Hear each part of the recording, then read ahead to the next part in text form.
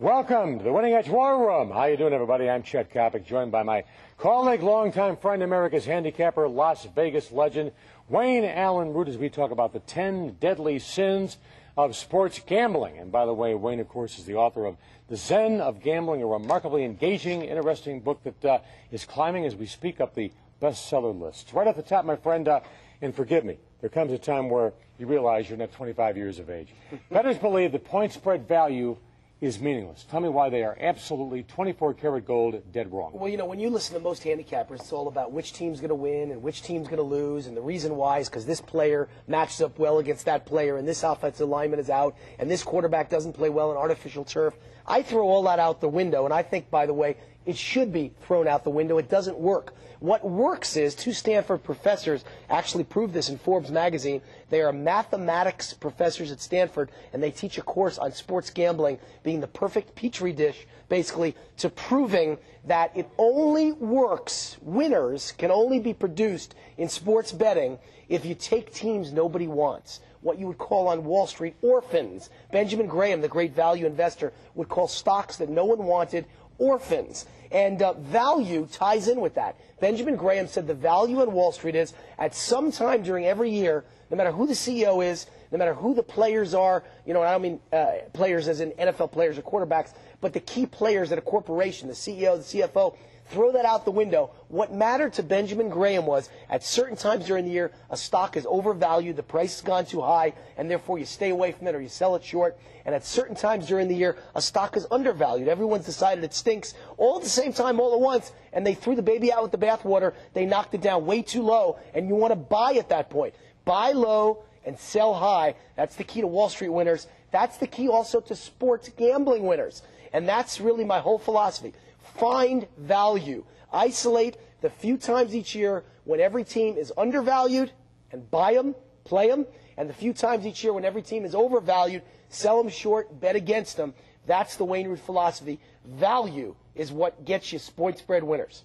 This has been true since roughly the War of 1812. Correct. Bettors think that favorites are the only way to go. And for me, underdogs are the only way to go. I've been called a patron saint of lost causes because I like taking teams that nobody wants, that everybody is disregarding and assuming they just cannot win. And that ties in with that trend number one again that I spoke to you about.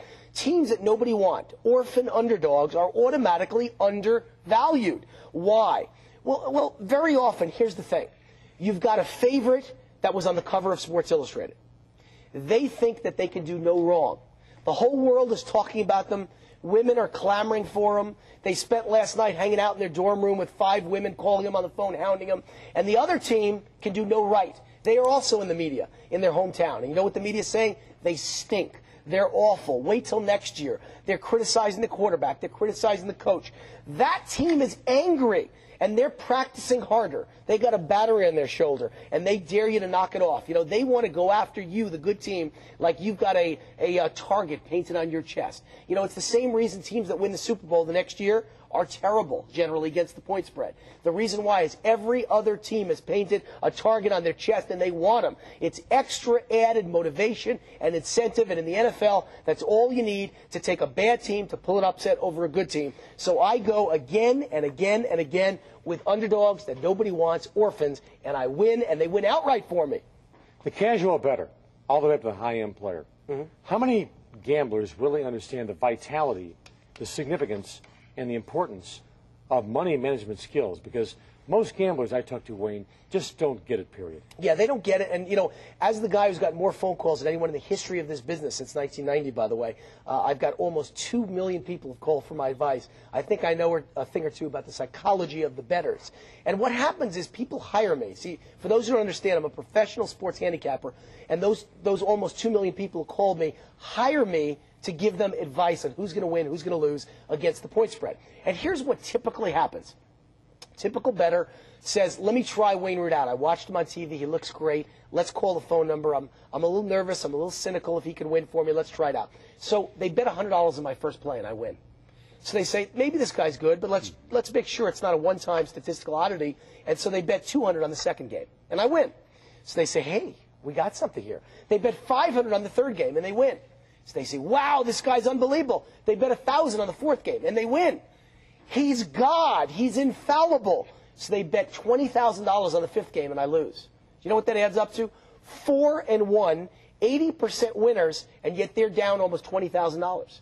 That's the importance. That's an example of the importance of money management. Without understanding how to bet, the amount of money to bet on each game, you can get winners from a handicapper or pick winners yourself and wind up in the outhouse instead of the penthouse. We are at the Sporting News War Room. Make that the Winning Edge War Room. I'm Chet Kopic, along with Wayne Allen Root, author of the Zen of Gambling. We saw this with the Green Bay Packers after Lombardi left. We see it with Alabama even today, 22 years after the death of Paul Bear Bryant. I still see it with the Chicago Bears back in the Windy City. People still think Mike Ditka coaches the Chicago Bears, and they're still about Walter Payton. What's your advice regarding the so-called public teams? Or America's team, the Dallas Cowboys, another great example. The Raiders, Al Davis's vaunted Raiders, excellence, excellence. What excellence? They haven't won for 20 years. They got the Super Bowl, they got destroyed, and other than that, in the last 20 years, nothing. People are behind. It takes them a while to catch up, and that's why one of my best betting principles is A, go against glamour teams and public teams, teams the public loves, Notre Dame, the Dallas Cowboys, even in baseball sometimes the New York Yankees. Just because a team wins doesn't mean they're going to win against the point spread. It's highly inflated point spreads on public teams. And so that's worked for me for years and years. And then, of course, the opposite. Take teams no one notices against those teams, and you will win. It just works again and again and again. And it works in another way, too. Teams that win 2 or 3 or 4 in a row to start the season, very often the public is late to catch up to that, too. Because the public still thinks of last year, and that team may have been a losing team last year. But this year, they've opened up with 4 straight wins. I take them in week number 5, too. The public is late. Public perception's always behind. What is your caveat emptor, if that's the right phraseology, about those gamblers, those players who are dealing with public perception, dealing with follow the leader, right? Thinking that's their ticket to point spread winners? Well, I'm kind of like Gallup. The Gallup poll? I'm like a political pollster. And I try and keep my pulse, my finger on the pulse of where gamblers are going and thinking, what the public psychology is. And for years now, I've had sportsbook directors and offshore sportsbook managers all over the world who are at my beck and call. I call them up and I find out, where is the money going? And if they tell me the money is all on one side, I go the other way. What I also do is I listen to sports talk radio. Shows like yours, Chet Kopic. I listen to sports talk radio. And I tune in, I listen to sportscasters and ESPN Sports Center. And I find out where the money's going and where the experts think that the right teams are going to win and the right teams are going to lose. And I go the opposite way. You can't win in life following the crowd. It doesn't work. Your Uncle Murray says to bet on a team, and so most people bet on it. And your buddy at the bar says to bet on a team, and most people bet on it. And if Uncle Murray and the guy at the bar and the guy at the water cooler all say the Jets are great this week, you know what I do? I go against the Jets. But the average person thinks there's safety in numbers. They're too insecure. They lack the confidence to go on the road less traveled and take the team nobody else wants. I always take the team nobody else wants. Following the leader is a losing proposition every time. Greatest misnomer I'm aware of when it comes to gambling, comes to wagering, whether it's football, basketball, baseball.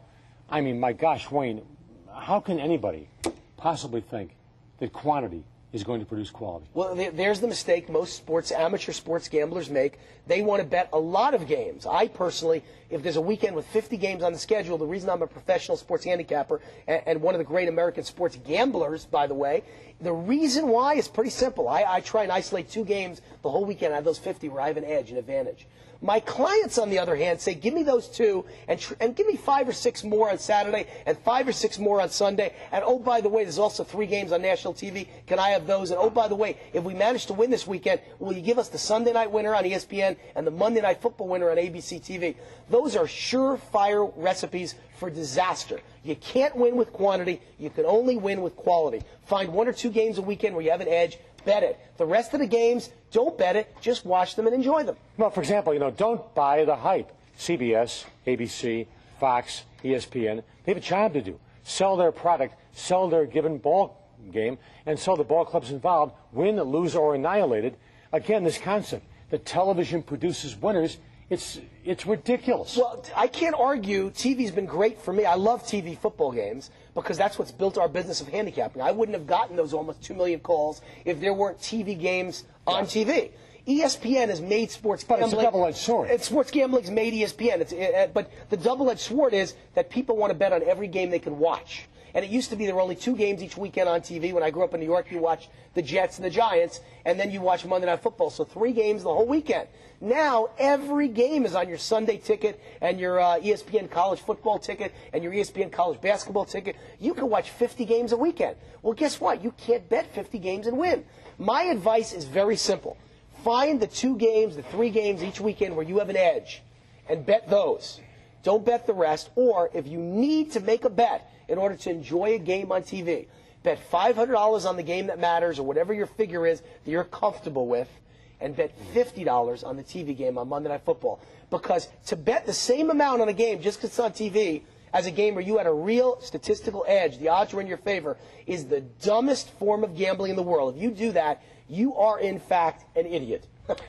Monday Night Football. Yeah. People think it was made by the New York bravado of Howard Cosell, the corn-fed hilarity of Dandy Don Meredith, and of course that combined with the genius of Roone Arledge was vital to the success of Monday Night Football. But Monday Night Football ultimately, as we both know, is about gambling. Is once again about gambling. And the public believes, at least a lot of people I run into, Wayne, who really should know better, think that doubling up on Monday night is the way to go. Gigantic mistake. Again, these are the perfect, deadly sins that all gamblers make. It's the reason why USA Today reported just a few years ago that 99 out of 100 sports gamblers lose money during the football season. You know, if you start out in September and you end up on the Super Bowl, 99 out of 100 lose money between those dates. And the reason why is they keep making these mistakes. If you win, walk away. I say that in casinos too. When you're ahead, walk away. It's the surefire way to make money as a gambler. You have to know when to stop. That's more important than when to know when to start. And so when you win on the weekend, Wayne Root gives you a winner on Saturday, Wayne Root gives you a winner on Sunday, you're done for the weekend. Wait till next week. We'll find a couple of opportunities again. Most people say, no, I made $1,000. Let me bet double or nothing on Monday Night Football. Or how about this one? I lost $1,000 over the weekend. Let me bet double or nothing on Monday Night Football. Disaster, train wreck, car accident waiting to happen. If I'm behind and I owe the bookmaker a couple $1,000s, I'll now breathe deep, do a little Zen. That's why it's called the Zen of gambling. A little meditating, a little praying. And you know what I'll do now? I'll take 3 weeks to get that money back. Little by little, I'll get it back, and I'm back to even again. And now when I'm starting not in a hole to the bookmaker, now you step up your plays. But you never step up your plays when you're way behind. And in my opinion, you also never step them up when you're way ahead. You take your winnings off the table, put them in your pocket, bet $50 on Monday Night Football to enjoy it, but you don't put the whole weekend's winnings on it. Big mistake. All right, a long time ago, a very prominent football coach told me, Kopic, you want to win as a football coach, defense, offensive line, the kicking game. People don't recognize the importance of special teams. That being said, and you know this, especially with a player who is new to gambling, they think offense is the way to go. They'll look at yards produced from the previous week. They'll look at first downs. They think offense is a ticket to victory, when the fact is that is the biggest con in the history of mankind. I've learned very few things my 4 years at Columbia University. Ivy League schools don't prepare you for his life as a professional point spread picker. But the one thing I learned was history always repeats itself. Again and again and again, if you don't study history, you are doomed to fail because it comes back around. And in sports gambling, that applies perfectly. And I mean perfectly. Again and again every year, there's some team that breaks out of the box by scoring, 5-6 touchdowns through the air every week, 5 weeks in a row, and the public falls in love with them, and they bet on them again and again for the rest of the season. They can't get the image out of their mind how glorious and glamorous that team is, especially a team that scores 5 touchdowns through the air on Monday Night Football.